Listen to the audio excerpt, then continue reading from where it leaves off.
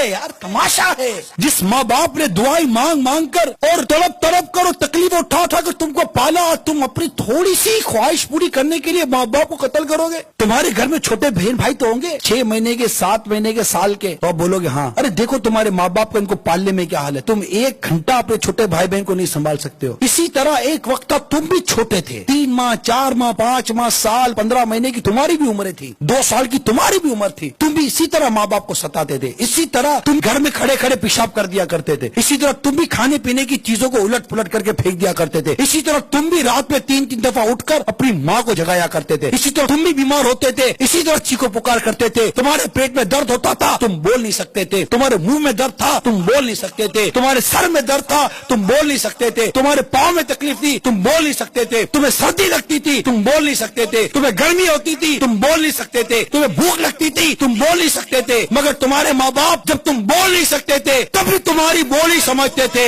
آج جب تم بولتے ہو تو ماں باپ کو بولتے ہو تم ہماری بات سمجھتے نہیں. ارے تمہارا ماں باپ اس وقت تمہاری بات سمجھتے تھے جب تم بول نہیں سکتے تھے. آج جب تم بول سکتے ہو تو کیا تمہارے ماں باپ تمہاری بات سمجھتے نہیں ہوں گے؟ سمجھتے ہیں. ارے تم نہیں سمجھتے تمہارے ماں باپ تمہارے بارے میں کیا بھلا چاہتے ہیں. ارے اس ماں نے پیسہ روک کر کیا برا کیا تھا. اپنے ماں باپ کی قدر کرنا سیکھو، اپنے ماں باپ کا ادب اور احترام کرنا سیکھو. اگر ماں باپ کو ناراض کر کے مر گئے یقین مانو مر جاؤ گے.